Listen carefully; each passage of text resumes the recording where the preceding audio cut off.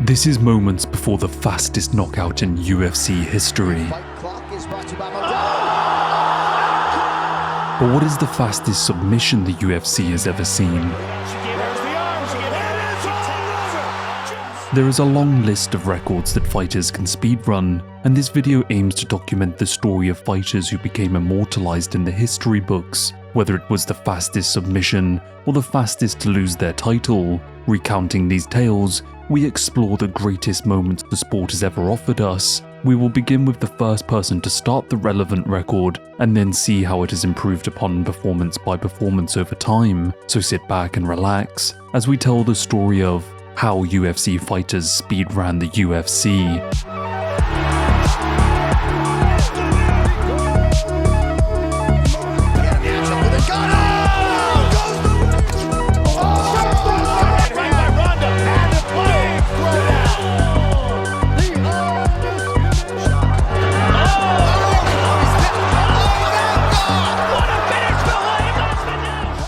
So let's start with the first record. I think it would be rude to bury the lead on this one, and so we begin quite fittingly with the record of the fastest knockout in the UFC. Again, just to reiterate how this video works, we start with the first athlete to set the record, and then go chronologically down the timeline and highlight when the record was improved upon, by who and in what performance. And just so everyone is aware, I'll be doing men's records first and then women's. This video is in 2 parts, so please use the timestamps to watch at your own pace. Let's get into it. It's November 12, 1993, and 6'5" Dutch kickboxer Gerard Gordeau becomes the second man ever to enter the UFC octagon, following in the wake of a 420-pound sumo wrestler named Tila Tuli. They are about to engage in the first UFC fight ever to take place, in the very first UFC event ever. Despite appearances, it's the man 3 times the size that becomes the octagon's first victim. Let's go low. Let's kick to the face. The first UFC and the first knockout. Bloody's the first blood in the octagon. Tooth came out. Yes. Kathy, did you catch that tooth?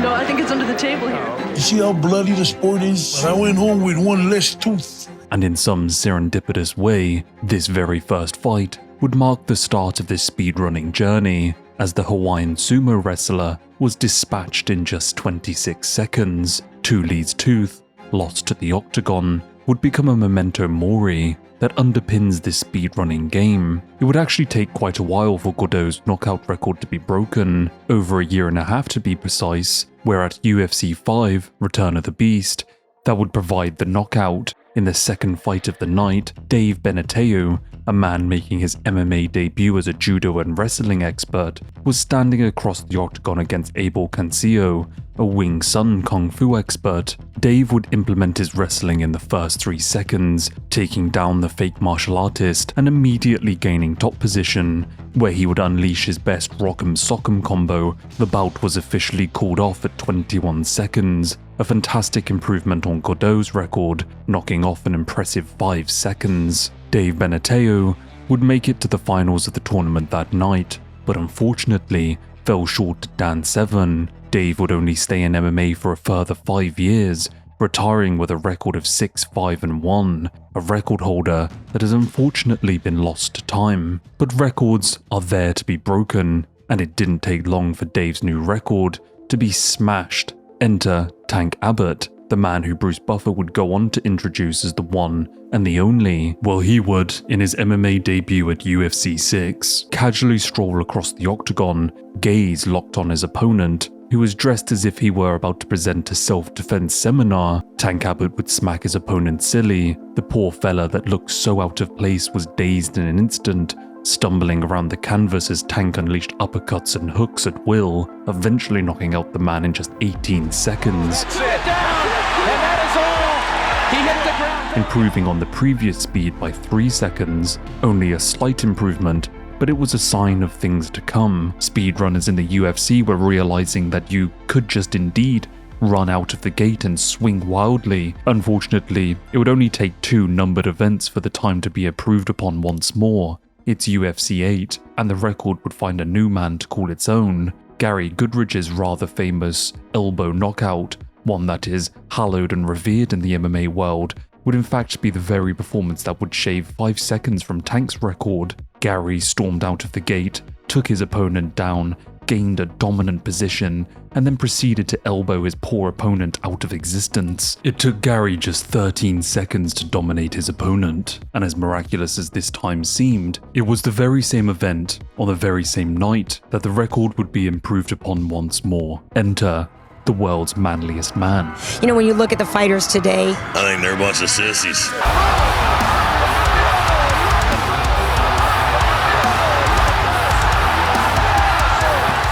Half of them paint their damn toenails. What the hell's that all about? Don Fry, a man now worshipped by those seeking to untap their dormant testosterone, walked out to a stadium of bloodthirsty fans, screaming for violence to unfold before their eyes. Standing 6'1", the Predator Don Fry! Don had wrestled at a high level in college, and had also spent a few years before this event going on a losing streak in boxing. But now he had found a frontier that he could mix all of his would-be skills. The man that stood across from him was once again a nobody, Thomas Ramirez, and Don Fry treated him as much, walking casually forward before delivering 3 or 4 tame pouring punches, landing on the rather out of shape and rather misplaced Ramirez. But one of those half-baked hooks sent the man into eternal and peaceful rest in the sunless realms. Down Ramirez, and that is... Don Fry himself looked shocked at the fact that he had just knocked out a man with barely even trying. The fight stopped in a miraculous 8 seconds. In just 8 events, the record had been shortened from 26 seconds all the way down to 8, mostly by men making their debuts in the sport, which I guess is quite the interesting fact. This was the early days of the sport, where it was trying to figure out its place not only in the sporting world, but in society too. Dubbed human cockfighting and ridiculed by more prestigious sports, the whole thing was really just a spectacle, a gladiatorial melting pot of fighting styles, all for men to test their guts inside of a cage. And it is these first few years, I guess, that the limit as to which a man can knock out another man was naturally found. 8 seconds was the mark. Don Fry had set a bar that would go untested for another decade, a record that many thought would be untouchable for more than a lifetime. But speedrunners are always looking for new ways to break the system. Muay Thai prodigy Duane Ludwig started training at age 15. Turning pro in 2000, he exploded onto the kickboxing scene, amassing a 14-7-1 record and claiming multiple world titles in organizations like K1 Max and the World Kickboxing Association. Trained under the guidance of legends like Bas Rutten, he dipped into MMA, debuting in 2000. He would go on to fight some legends and have some great performances, but it was 6 years into his career and his second stint in the UFC that gets him onto this list. It's UFC Fight Night 3, January 16, 2006. A crowd of bloodthirsty fans scream from the bleachers. They are witnessing a stacked card.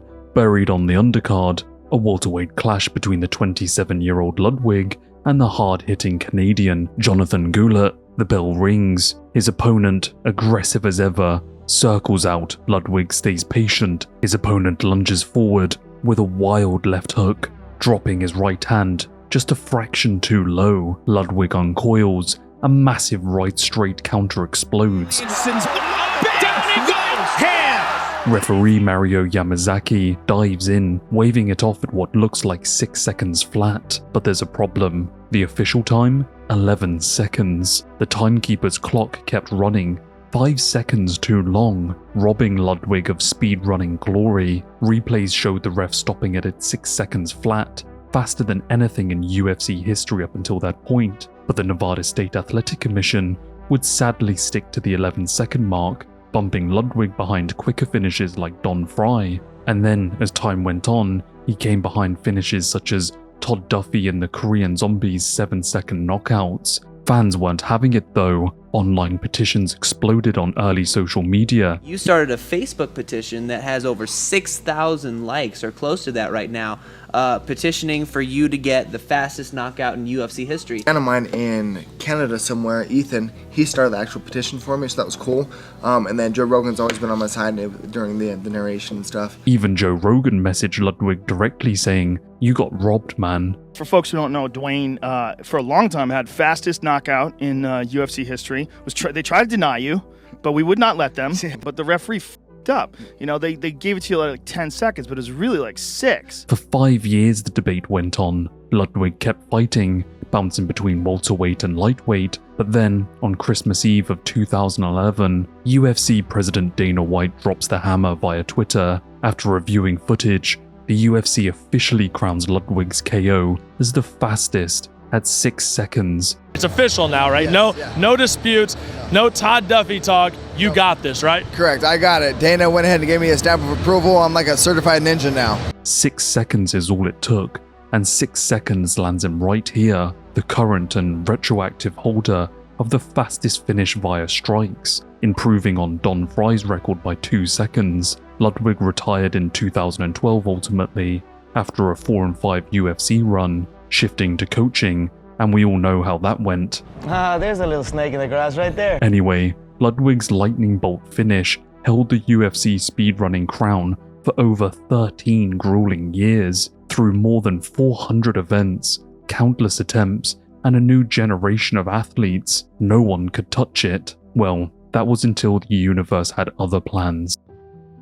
Jorge Masvidal, a street fighter that saw his rise in the backyard of Kimbo Slice, was a man that had danced around the top echelon of the sport for a long time, but was never really able to pull off a win streak worthy enough to earn himself a title shot. After Darren Till, the UFC's new superstar experiment, had lost his first title fight against Tyron Woodley, they wanted to put him back on a winning streak, and so they chose Jorge as the sacrificial lamb. Even the odds had disrespected the Miami native, placing Jorge as a plus 175 underdog, but Masvidal was holding a card close to his chest, a transcendental experience on a reality TV show, far away, under a dense canopy in the heart of a jungle, and alone, segregated from technology. Jorge was left with nothing but his thoughts, a cacophony of doubt, of resentment, and the silent musings of his career that had been marred by split decision after split decision. And it was there, in that quietude, that a new reality dawned upon him,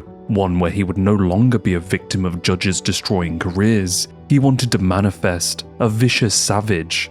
He wanted to be unchained and the master of his destiny. The Jorge that returned from that jungle was different, born anew, and Till was the first would-be victim of this rebirth.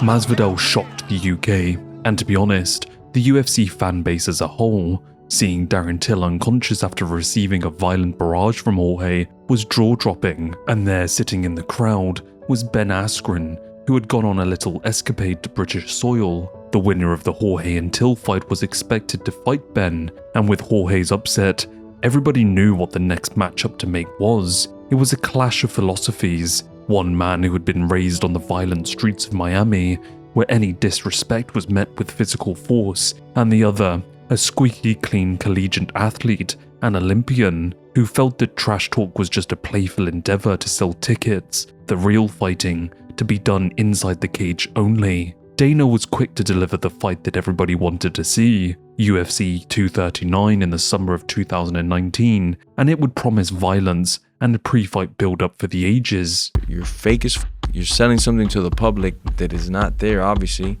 and you're a coward. Let's throw that in there too. And if people don't believe me, tune in July 6th. I'll show you how much of a coward he is. Yeah, they need to keep the idiot away from me. I mean, I'm paid to fight in the octagon, and we can do it for 15 minutes, and I don't want any chances that he's gonna do something stupid before the fight and ruin it. He just wants validation. He wants to be accepted, you know? I think half of what he's doing is corny on purpose. All that boom roasted shit. Come on, man. Boom roasted. Boom roasted. Boom roasted. There is no way in God's green earth this guy could do anything to me. It's totally impossible. I will do whatever I want to this person. I will dominate them. I will humiliate them. So it's one of those, can he impose his will? Can he get a hold of you? You're gonna get a hold of these fucking nuts. Well, he's good. He's just not good enough. All you guys are double leg. What's up, boss? Yeah, man. I can't wait. I can't wait to break your face, baby. We found out he's a specialist at putting his face in other men's crotch. So that's what we're gonna try to stop, is for him not to sniff my crotch the whole fight, you know? His muscles aren't very big and his beard's pretty ugly. But besides that, I think it's gonna be total domination. It doesn't upset me. I'm happy I'm gonna get paid to correct that mistake that is Ben Askren.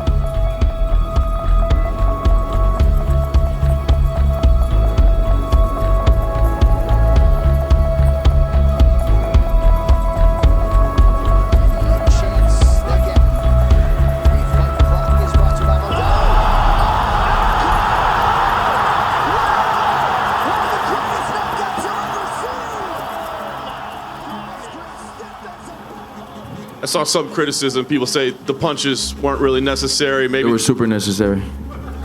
You know, I remember being in the cage with him. I don't really remember the flying knee, but the first thing I remember then, I was in the hospital, and I woke up. I'm like, okay. And I'm like, I'm in the hospital. I don't feel sore. I'm like, this didn't go very well, did it? And she goes, nah. And I'm like, it was pretty fast, huh? MMA is a tangle of destinies, an interwoven mesh of beautiful and intriguing possibilities. The interlinked cage promises fates to collide, one ultimately doomed, and the other to become infused with its energies. Nothing is created nor destroyed. Legacies pass on one to another. As above, so below. Ben Askren, despite retirement, despite refusing to bow to Dana, and despite the destruction of his hips, had made his way to the UFC, and with a win over Jorge, was guaranteed a title shot. Jorge, a journeyman who had returned from a spiritual awakening in the depths of a jungle, destroyed Darren Till in his hometown, and with a win over Askren, was also guaranteed a title shot. Ben had somewhat defined the first half of 2019. He was what everyone talked about. His fight with Jorge was unofficially the main event. Askren was the story, and in 5 seconds, all of that fame, all of that hype, and the promotional effort that he had put in had all transferred to Street Jesus himself. The fastest knockout in UFC history, and probably the fastest knockout that will ever happen inside the UFC. What had amazed people even more in the aftermath was that Masvidal, in some mockery of reality, had manifested this moment, planting the seeds of a baptism over many encounters, and no one had caught it. All fight week, he had been putting his arms behind his back, a non-threatening gesture, one we had seen in London before he delivered a 3-piece and a soda. The simple fact was, it was a lure, lulling his enemies into a false sense of safety, but underneath that guise was a plan, a sequence of synapse explosions etched into Jorge's nervous system. He had been drilling a flying knee throughout fight camp. It was all part of his plan. The fact that it paid off was just, well, truly unbelievable. There are no amount of words that can describe this moment. It was just simply perfect. 2 careers worth of hype, lows and highs, championships, backstreet brawls, an existential crisis of meaning beneath a humid canopy, and a trade for the ages, all on a crash course for the fastest knockout in UFC history. The aftermath was insane. That flying knee transcended the sport, billions of views, millions of gifs. Years later, and it still remains in the zeitgeist of this sport. It was, and always will be, one of the greatest moments the sport had ever seen. Unfortunately, it was Ben Askren who was on the wrong side of that exchange. Jorge became a superstar, and Askren was placed at a divisive fork in the road. The fact is, I doubt anyone will ever be able to pull off a faster finish. I am willing to eat my words on this, but realistically, the fastest knockout of all time will be Jorge's until every octagon canvas ever made, and ever will be made, is ash and dust floating in a cosmic void.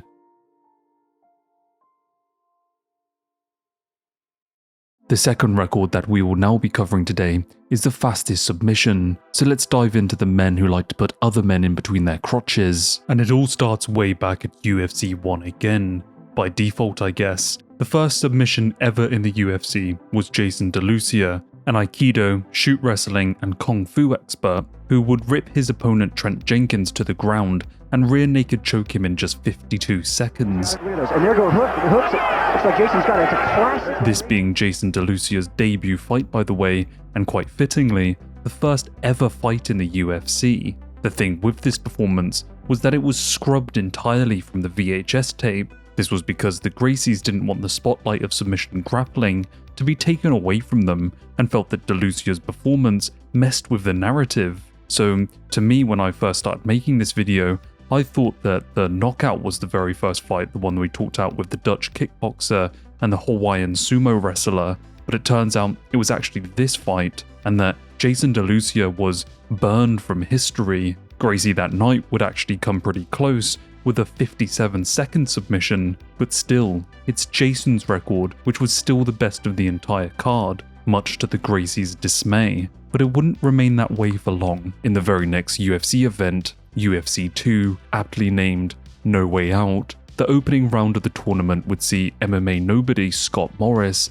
take on fellow nobody Sean Doherty. Scott Morris was a self-proclaimed ninjutsu expert, and he would sprint out of the gate right at Sean, and after what can only be described as a handbag fight, the ninjutsu pro would snatch Sean's neck, flip him over and onto the ground, finalizing a guillotine choke in a very cool, calm and collected 20 seconds. It's over. This is very strong. It's got to be a great joke. It's over.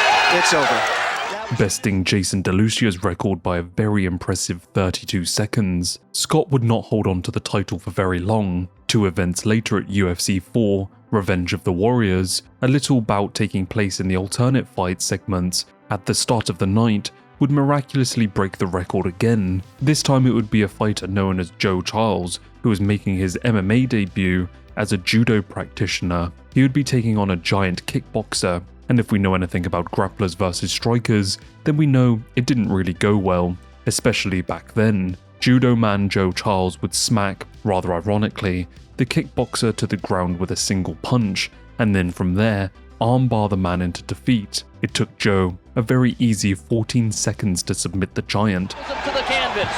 He tapped out early. Watch a counter move by Joe Charles.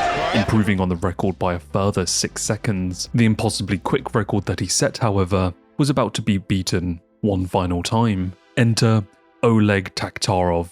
After competing in UFC 5, but falling short in the finals to Dan Severn, Oleg, the 6-foot, 210-pound Russian Sambo fighter, returned in the very next event, UFC 6, and he was there to prove a point. It started with a guillotine submission in under a minute in the first round, which saw him advance to the semi-finals, where he would take on Anthony Marseilles. And it is here where history would be forever made. Anthony would start the bout by quite literally sprinting across the octagon, grabbing a hold of Taktarov's leg for a takedown, but the trap had already been laid. Oleg would wrap in a deep guillotine choke, ending the fight in a jaw-dropping and awe-inspiring 9 seconds. That's it. Tap out. It was lightning quick. Literally 9 seconds. You'll never have seen anything like it in your entire life. So I do thoroughly recommend checking out this fight. Anthony, for whatever reason, thought that he could somehow best a Sambo world champion, and 9 seconds is all it took for him to learn his lesson. Oleg would go on to become a rather famous actor, appearing in many great movies, and so not only was he a man who had managed to survive the savage world of the early MMA days, but had also managed to make a name for himself beyond the chain-linked fence, something that we can't say for a lot of fighters. Oleg would also rather famously go on to have an exhibition boxing bout with Dolph Lundgren, after the pair had been asked to compete in a Russian celebrity boxing event, and that is the rather brief but rather impressive history of speedrunning submissions in the UFC. No one, in well over 700 events and thousands of fights since, has come close to breaking 10 seconds, let alone 9. I honestly doubt that we'll see anything like this again going forward, for the simple reason that I honestly don't think anybody is stupid enough to sprint into a single leg against a grappling world champion. It's also funny to me that lots of these records were set in the early days and have gone on to remain unbeaten, as we will see with the next record. So before we get to the fastest title fight knockout, let us first see the history of the fastest submission in a title fight in UFC history. Surprisingly, it's actually not that long of a story, and it's a genuinely quite interesting path to analyze, and remains a record stuck eternal in the cold dark days of the UFC early times. And it starts with Ken Shamrock. The UFC first introduced a world title in the organization back at UFC 5, where Ken Shamrock and Royce Gracie duked it out for the inaugural Superfight world title. Unfortunately, after 36 minutes, there was no victor declared, and with no judges to determine a winner, the bout was officially documented as a draw, and the belt was left unclaimed. It wasn't until 3 months later in July of 1996 that it would be up for grabs again, and this time it was Ken Shamrock who would be facing off against tournament winner Dan Severn. With the inaugural title on the line, the two men clashed in the center of the octagon, Ken Shamrock in his cute little pink trunks. The men would paw at each other for a while, gauging a distance. Around 2 minutes into the title fight, Ken would find himself in a better position and jumped on the opportunity to sink in a ghillie choke, something that Dan was quick to tap to.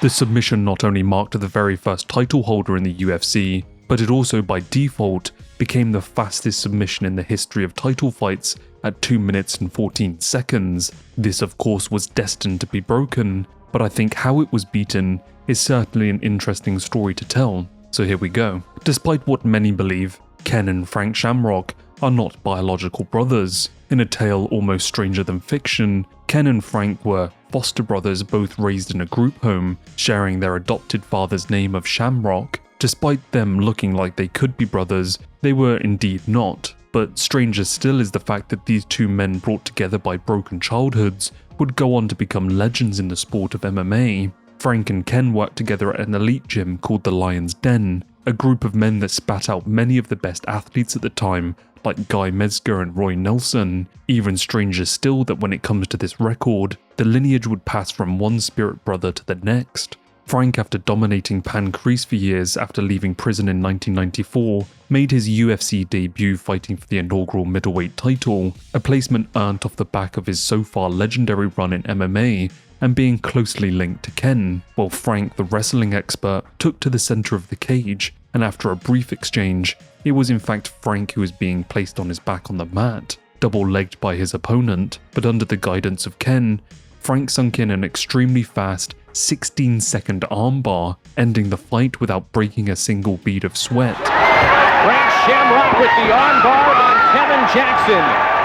Just seconds into the match. Destroying the record of the fastest submission by literally minutes, and wouldn't you know it, this record has never been beaten by another man since. Again, we will get to women later, which is a little bit of foreshadowing I guess, but for men, this is it. 2 brothers, 2 attempts, 2 records. Frank's unbelievably fast submission is eternally chiseled into the record books. This fight, and Frank's career, is something that we will explore later in this video, as he has a few more records up his sleeve. But there you go, this is the history of the fastest submission in title fights for men. Now let's continue, because this record and this story of Frank picks up into this next history of records, which is fastest knockouts in title fights. Whilst it is easy to put everything on the line in the first few seconds of a fight with nothing to lose, I say this as I obviously sit in my office chair drinking a can of Coke, it is another thing entirely to rush out at the gate and lay it all down with a world title on the line,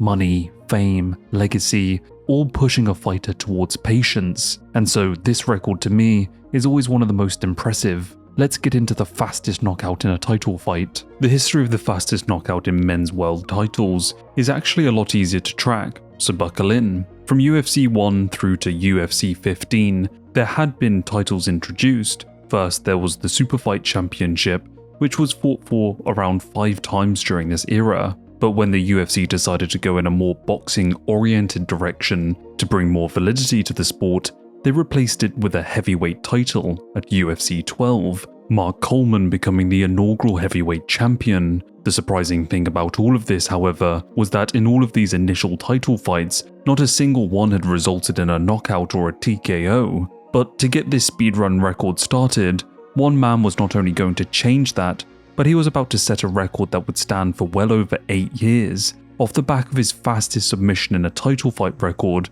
that stands for men even to this day. Frank Shamrock would find himself defending that title just 2.5 months later against a relative nobody in the form of Igor Zinoviev. The bell sounded for the first defense of the light heavyweight title, and after 15 seconds of finding range with kicks and pouring jabs, Frank would find his entry for a high double leg, cinching his arms and lifting Igor toward the octagon lights, moments before slamming him brutally into the ground, immediately knocking the helpless fighter into unconsciousness. The official time would be called at a mere 22 seconds, the first knockout in a title fight in the UFC, and in the strange way that the universe works, it would also be the fastest knockout in a title fight for many, many years to come, an impossibly quick 22 seconds. Frank would ultimately go 5-0 in title defenses, including a brutal TKO of Tito Ortiz at UFC 22, a fight hailed as one of the best of the decade.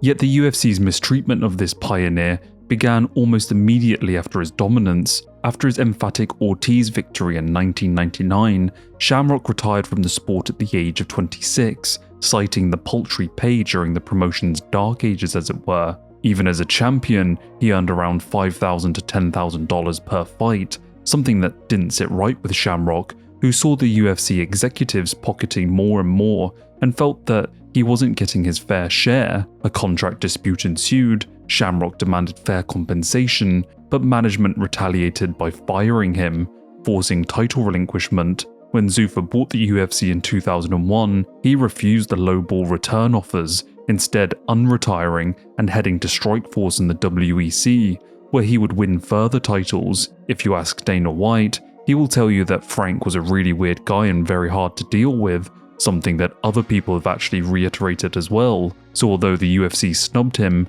many argue that Frank was more than willing to snub himself in the process as well. The UFC did kind of erase his legacy though.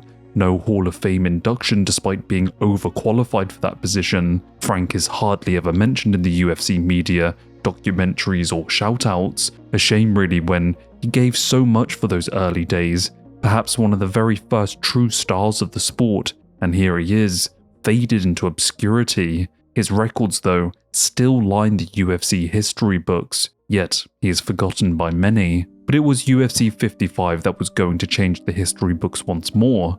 Enter Andrei Arlovski. Arlovski, fittingly known as the Pitbull, entered UFC 55 on October 7, 2005 as the reigning UFC heavyweight champion, with an unprecedented legacy left in his wake. Entering the UFC way back in 2000, after dominating regional promotions and capturing the M1 Global Heavyweight title, Arlovski quickly established himself as a knockout artist. By 2003, he had claimed the interim heavyweight title with a vicious TKO at UFC 44 against Tim Sylvia, then defended it once before being promoted to the undisputed title, entering UFC 55 with a 9-3 record. For all intents and purposes, Arlovski was at the peak of his career. The main event pitted Arlovski against Paul Buonantello. What unfolded was a masterclass in brutality. Just 15 seconds in, Arlovski fainted low, exploded upward with a perfectly timed right hand, and dropped Buonantello face first to the canvas for a stunning KO. This one-punch clinic etched his name in history as the fastest knockout in a UFC title fight. The aftermath was bittersweet. Arlovski's reign crumbled swiftly. Injuries and a string of losses and promotional jumps to Affliction, Strikeforce and Bellator plagued the next decade of his career. Arlovski would ultimately retire in 2024 with an impressive record of 34 wins, 24 losses and 2 no contests. But his record would endure for well over a decade. But it was a superstar who was about to take over. Conor McGregor burst into the UFC with a regional double championship winning streak And from there, it was truly hard to put into words just how extraordinary his UFC streak was, something that has been covered half to death on this platform, so I'll spare you the repetition. If you would like a 45-minute explanation, then head over to my featherweight history video and use the timestamps. After an interim title was put on the line when Aldo pulled out of their featherweight title bout, Conor McGregor was put to the test in a gutsy performance against Team Alpha Male prodigy Chad Mendes. With his heart on display, McGregor pulled off a devastating knockout, placing around his waist the interim featherweight title. This guaranteed that he would face Aldo soon. The bout was booked for the closing card of 2015. It was McGregor's moment to see if he could dethrone the consensus featherweight GOAT, a fight that many had proclaimed the Irishman was destined to lose.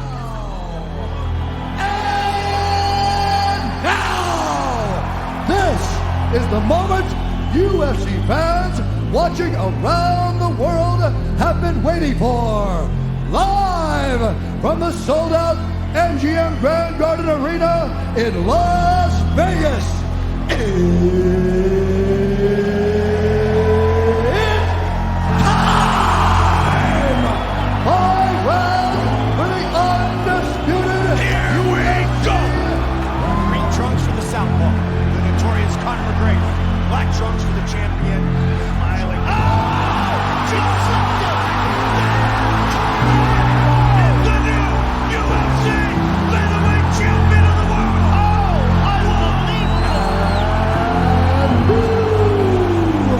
Oh! Undisputed UFC featherweight champion of the world! In some mockery of reality, Conor McGregor, just moments before one of the most shocking championship performances in the sport, would practice the very shot that ended the fight in 13 seconds, visualizing his intentions and then materializing them. But what makes it just that little more eerie is the fact that he had read the signs in the build-up to the fight also. I knew he would overextend, and I knew I'd catch him, so Mystic Mac strikes again.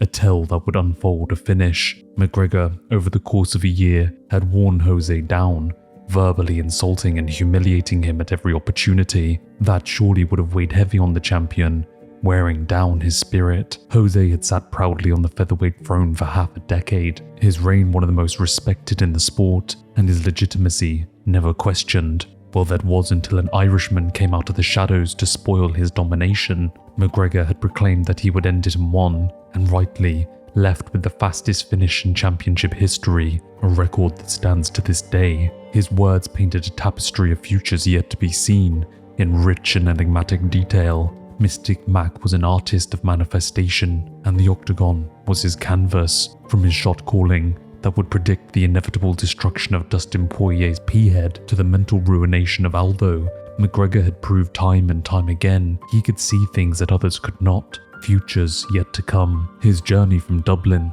to the pinnacle of MMA was achieved by this otherworldly self-belief. Each fight was simply him sowing his seed of destiny. The crowd at UFC 194 witnessed not just a knockout, but a moment where faith in oneself, one's abilities, one's skills had truly transcended into the physical. The climax of one of the most entertaining, viral, and destructive ascensions had crescendoed, and now for the first time in the history of the UFC, the undisputed featherweight belt had changed hands. Unsurprisingly, it was the most popular moment the sport had ever known at that point. Conor had catapulted the UFC's popularity into the stratosphere with otherworldly effect. For all intents and purposes, this era of the organization was the McGregor era. His name was on the tips of everyone's tongue.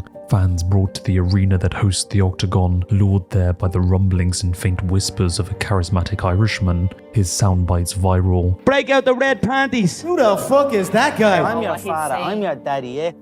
Call me Jose Senior. You look like a 50-year-old retired skateboarder. And his KOs awe-inspiring. New fans didn't care about the rules, the rankings, the belts, the history. They just wanted to see an Irishman conduct greatness on the main stage, and for a time, that's exactly what they got.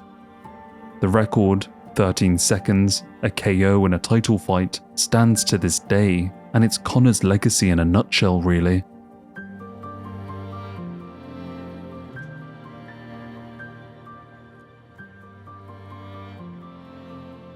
Okay, let's now take a look at the other records. When I think of speedrunning, the other records that are interesting to me in this discussion are the following records: the quickest to lose their title, youngest to win a world title, and finally, quickest to get their title after having already debuted in the UFC. So these are the final records that we are going to cover in the rest of the video. Okay, first it's quickest to lose their title after claiming it, a rather unfortunate record to hold, but sometimes we have to take the rough with the smooth. And so, the quickest to lose their title, well, for the men, it starts with the first title to ever be won and lost, and that was the Superfight World title, which was defended twice by Ken Shamrock for being lost to the hands of Dan Severn in just 308 days. But Dan had slippery fingers and set a new record of losing the title in 266 days, when the title was unified with the heavyweight title at UFC 12. From there, heavyweights would set consecutive records, losing it faster one after another. Mark Coleman would be separated from his title in just 170 days when he dropped a unanimous decision to Maurice Smith at UFC 14, which is considered one of the best fights of all time if you want to go back and watch. Although Maurice Smith would defend the title once, he would still actually lose it faster than Coleman, losing it in 147 days. The title would pass on to UFC legend Randy Couture. Many felt that it was in a rather lackluster fight, and that Randy had not in fact deserved to become the third ever heavyweight champion, but even back then the judging was shit, so what can we say? Randy, however, would be stripped of his title in less than 30 days of winning the title. Whilst the exact date is not confirmed, we can assume that it was pretty quickly after getting it, and so Randy, to this date, via a technicality, is the record holder of losing the title the fastest. And so there you have it. This is the record for those who just simply couldn't keep a hold of gold. It would seem that the modern era certainly are a bit better at keeping their belt around their waists. Or is it just the UFC just won't let these boys fight so often anymore? Who knows? Now we move to the women. The fastest woman to lose her title was a rather simple story to tell, just like the previous men's record. Ronda Rousey would become the first ever women's champion, but she would hold on to her title for a very long time indeed. So it's not her that kicks this record off. It is, in fact, the introduction of the second ever women's division and second ever women's champion, a title that was fought for at the end of a rather grueling series of The Ultimate Fighter, where the world's best women's strawweights battled it out to determine the rankings and champion of this new division. Carla Esparza grizzled her way through the entire season, besting some of the division's future greats, such as Jessica Pena, Tisha Torres and Angela Hill. The woman standing across from her for the inaugural title was non-bold Rose Namajunas, who had an equally difficult road to the title as well. Both women on Fight Night were making their official UFC debuts, and the title was on the line. This is all relevant to a future record that we'll talk about later in the video. It took Carla 3 rounds to wilt her opponent down, and eventually cinch in a slick submission and be proclaimed simultaneously the strawweight champion of the world and the Ultimate Fighter Season 20 winner. She wanted to make history as a pioneer of women's MMA, and she certainly would go on to do that, because just 92 days later, she would be starched by future GOAT of the division Joanna Jędrzejczyk in just 2 rounds. Carla would go down in history as not only the fastest woman to lose a title, a record not broken since, but also the fastest champion to lose their title inside of the octagon. Carla would eventually go on to claim the title once more, but again would just lose it in her first defense again. But it's got to be said, Carla really did hang around there her whole career, never giving up on that dream of once again becoming champion, and just before she exited the sport in retirement, she achieved that goal, becoming one in rare territory, as she would own both versions of the UFC belt. She also managed to make her wedding photo pretty badass. God bless her in retirement. Okay, up next, it's the quickest to get their title by age. So, as we talked about earlier, the fight that Ken would set the initial record for the fastest submission in a title fight, he would also set the record, by default, of the youngest ever champion, obviously so there's not much to talk about here, because he just starts the record off automatically. He did so at the age of 31 years, 249 days, and quite fittingly, who do you reckon was the next youngest champion after Ken? Well, it was Frank Shamrock. This is the second instance of Ken passing the torch off to his student and his foster brother, Frank would surpass Ken to become the next youngest man to claim a title in the UFC. And so, in the exact same fight that he took the fastest submission from Ken, he also took the youngest champion, a record-setting fight indeed. And so, at the age of just 25 years and 13 days, Frank became adorned with gold and leather. Let's not rehash his career much beyond here, but yeah, Frank would keep this record for quite a while actually, just shy of 4 years to be exact. That was until the young and athletic Carlos Newton burst onto the scene. As a teen, he debuted in 1996, falling short to Jean Riviere via submission, but this future champion was not deterred. For the next 5 years, he would climb higher and higher in the world of MMA, destroying opponents with his unique style, blending submissions with explosive athleticism. After going on a 3-fight win streak, Newton entered the premier organization at UFC 17 in 1998. In the tournament, he would submit Bob Gilstrap, but would controversially lose to Dan Henderson via split decision. After this, Carlos would go on another win streak, ending up with a record of 9-4, setting up a 2001 welterweight title shot against dominant champ Pat Miletich. At UFC 31, Newton, after 6 wins in 7 fights, stunned Miletich with superior grappling, locking in a 3rd-round bulldog choke, becoming Canada's first UFC champion at 24 years and 260 days, 348 days younger than Frank's record. Carlos improved on the record by well over a year, impressive to say the least. But Carlos would unfortunately end up being a footnote for another future legend, Matt Hughes. Newton lost the belt in his first defense, KO'd in a devastating slam. Newton fought on till 2010, ending with a record of 16 wins and 14 losses. But Carlos would not hold on to his record of the youngest champion for long. Just a year later, it would be shattered by Josh Barnett. Born in 1977, Josh the baby-faced assassin Barnett was a wrestling prodigy throughout his college years, becoming a deadly submission threat in his MMA career. Barnett's UFC debut at UFC 28 in 2000 was a KO over Gan McGee, going on to lose a fight and then stringing together another 2 victories. His 2001 TKO of Bobby Hoffman earned him a heavyweight title shot against Randy Couture. Josh did test positive for PEDs, but back then, and I'm not making this up, Josh was just simply given a warning. Anyway, on March 22, 2002, at UFC 36 in Las Vegas, the 24-year-old Barnett outstruck Couture, landing a 2nd-round TKO via ground and pound at 4 minutes and 35 seconds into that round, claiming the belt, 127 days younger than Newton, thus becoming the youngest UFC champion ever. Just weeks later, Barnett tested positive again for 3 steroids, leading to his immediate stripping of the title. Banned from the UFC, Barnett thrived in Japan, winning Pride's 2003 Heavyweight Grand Prix and going on to have a great career, but his place will always be immortalized as a man who furthered the record of becoming the youngest champion of an era, a record that would ultimately stand for well over 8 years. There was a Brazilian, however, looking to change all of this though. Born in September of 1986 in Manaus, Brazil, Jose Aldo da Silva Oliveira Jr. rose from poverty, training Muay Thai and BJJ,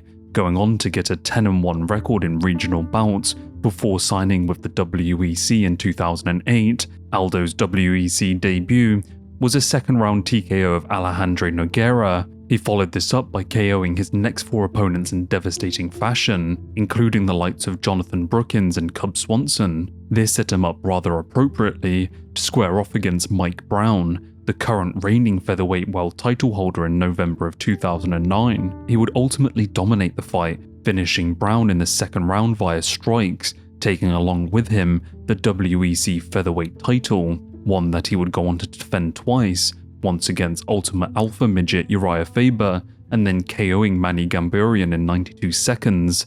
On October 28, 2010, the WEC merged with the UFC, a rather important event in the UFC timeline, and something that I have covered to death in my featherweight and bantamweight history videos. Aldo was appropriately promoted to the inaugural featherweight champion on November 20th at a pre-ceremony event at UFC 123, doing so 61 days younger than Barnett's mark, at the ripe age of 24 years and 72 days old, doing so without even having a fight in the octagon. Aldo set a beautiful new record for the youngest to become champion, just barely edging out Josh Barnett to take the mantle. Aldo would go on to become the GOAT of the division, defending his title 7 times against the killers like Chad Mendes, Frankie Edgar and Chan Sung Jun, but it was that record-setting 13-second KO by Conor McGregor at UFC 194 on December 12, 2015 that ended his reign after 1,848 days,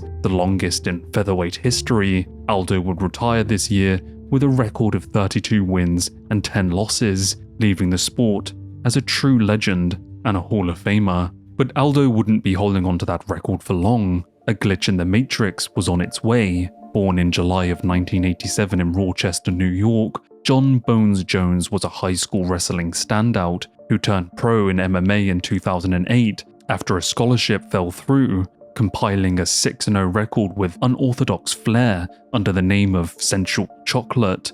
Jones would debut in the UFC at UFC 87 less than 1 year into his pro career, earning a dominant decision over Andre Gusumau. It would take Jones a further 2.5 years to finally realize his title shot opportunity, picking up wins over Marcin Malachi and Ryan Bader. Jones had torn through the division's best and was now scheduled to face off against the legend himself, Mauricio Hua.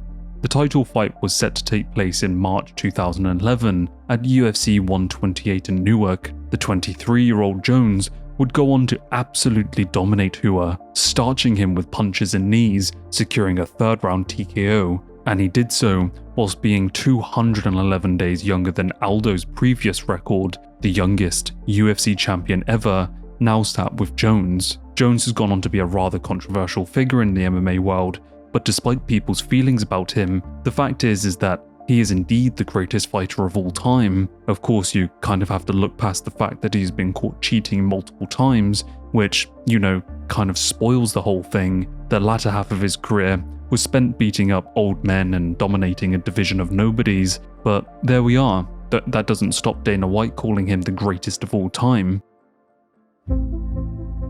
And finally, the next record is the quickest to claim a title. So the real nerdy answer to this question of the quickest person to win a title in the UFC from their very first fight is technically less than 0. This stands for people like Dominic Cruz, Ronda Rousey and Jose Aldo, as these athletes were folded into the UFC when, firstly for the men, the WEC was absorbed into the UFC, and then for Ronda, it was because they started the women's divisions and needed a champion, so they upgraded all of these people from their prior organization to the now UFC champion. Dominic Cruz became the bantamweight champion, Ronda Rousey became the women's bantamweight champion, and Jose Aldo became the featherweight champion, all without fighting a single fight. If you don't like that version of speedrunning though, then another answer could be one fight. So this works for people like Maurice Smith, Frank Shamrock, Carla Esparza, Nico Montano, who were all people fighting for inaugural titles before the divisions were even created, and in these circumstances, it was also their first UFC fight. So I guess these people technically hold the record, but I prefer this answer. Who was the quickest to win a title after having already debuted in the UFC previously? Well, the answer to that would be none other than Anderson Silva, who, after trailblazing a career through the regional scene in Brazil, then Pride, and then Cage Rage, debuted in the UFC against Chris Lieben in what was poised as a middleweight title eliminator bout. It didn't take long for Anderson Silva to knock out Chris, 49 seconds to be exact. Then, just 108 days later, Anderson Silva would find himself squaring up against Rich Franklin, an absolute legend of the era who had defended his title twice by that point and had only lost once to Lyoto Machida in his already 24-fight pioneering career. But Anderson Silva only needed 3 minutes and 1 knee to separate the title from Franklin and cinch it around his own waist. 108 days is the record, and so it has remained ever since.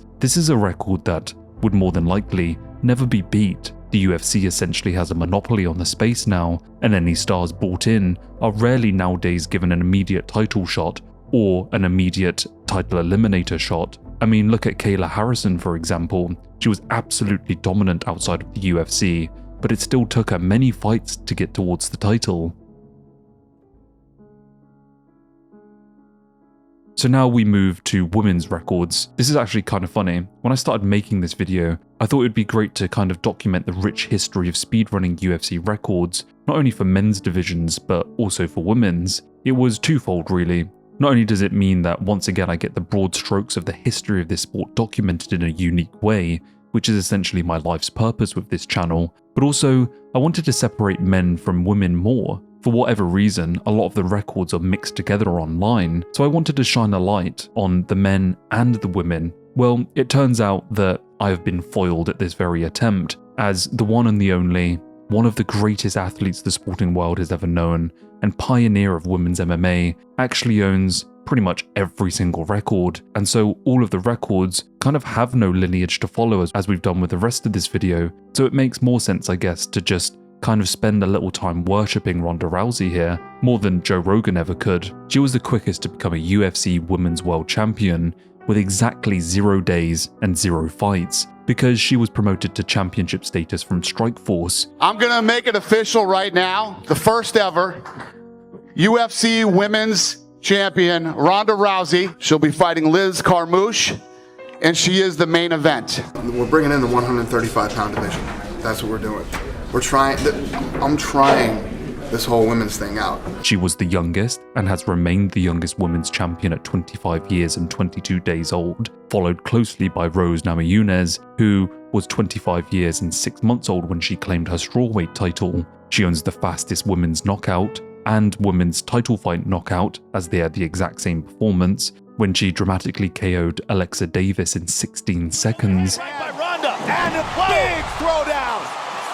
Can she do it right here? It's all over, just like that. Are you kidding me? Wow, she doesn't even know what's going on. She owns the fastest submission and submission in a title fight, again because they had the exact same performance when she ripped the arm off of Kat Zingano in 14 seconds. There's the arm. It is all over, just like. This is also the fastest submission any title fight, including men, which it makes it incredible in my opinion. I think it's fair to say that Ronda is an all-around savage. She is, in her own words, not a do-nothing bitch, and wouldn't you know it, I've already done a 45-minute video on her, which is one of my most viewed videos of all time, so to spare you all the rehashing of something I have tirelessly documented already, please head over there after this video if you want more detail about the best women's speedrunner in MMA. Again, I don't want it to seem like I've revved off this segment entirely and that I'm a sexist pig, but I can't help the fact that Ronda is just that good. Massive respect to her and to all women's MMA, but it is what it is. Ronda just speedran the UFC, and she is legendary for a reason. So that does it for every UFC speedrun that I can think of off the top of my head. What speedruns in the UFC do you think I should have covered or that I've missed? What about the fastest UFC YouTuber ending speech?